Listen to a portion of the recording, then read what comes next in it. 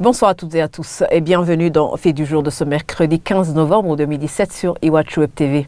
Samedi 18 novembre, la radio Isanganiro va souffler sa 15e bougie d'existence. Cette semaine, la station l'a dédiée à cette célébration.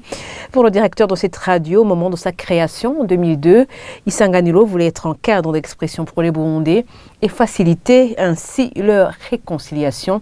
Il faut rappeler qu'à l'époque, le Burundi était encore dans une guerre civile.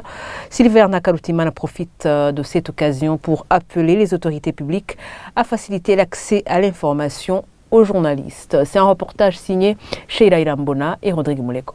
La radio Isanganiro a été créée en 2002 en pleine guerre civile par l'association Ijambo. Ces dernières voulaient mettre en place un espace d'expression qui pouvait faciliter la réconciliation. Selon le directeur actuel de cette station, cet espace était nécessaire vu que le Burundi était en période de crise. À ce moment-là, il voyait que l'une des solutions pour qu'il y ait la paix, pour qu'il y ait la réconciliation, pour qu'il y ait le respect des droits de l'homme, c'était que les gens puissent se mettre ensemble pour dialoguer sur les problèmes qui existaient à l'époque.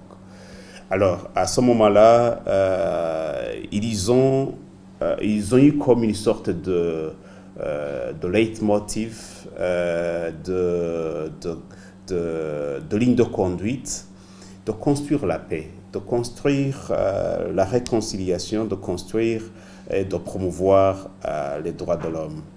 C'est là où est née d'ailleurs la ligne éditoriale de la radio, que le dialogue vaut mieux que la force. D'après certains journalistes de la radio Isanganiro, ils ont acquis de l'expérience après des années au service de cette station. Ils affirment aussi que les conditions de travail ont beaucoup changé. Quand on essaie de mettre en pratique ce qu'on a appris à l'école, on voit que quand même il y a une nette différence.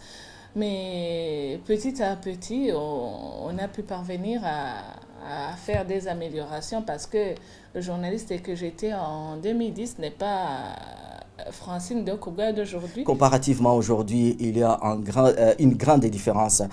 Quand vous voyez aujourd'hui, même si nous travaillons, les conditions, le climat n'est pas le même comme auparavant, comme dans les années 2005, 2006, 2007, la situation maintenant est très différente. Mais on essaie quand même de faire tout nos mieux pour continuer à faire notre job, notre travail. À la radio Isanganiro, on essaie quand même, malgré les situations dans lesquelles on est passé, mais quand même on essaie de nous donner afin que nous puissions servir surtout nos auditeurs.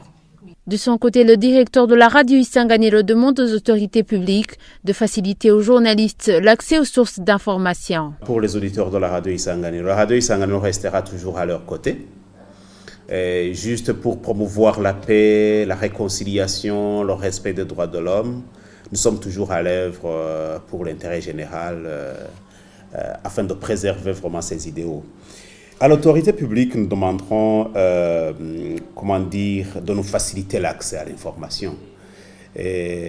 S'il y a facilité au niveau de l'accès à l'information, je crois que ce serait important pour nous et pour le public qui nous écoute.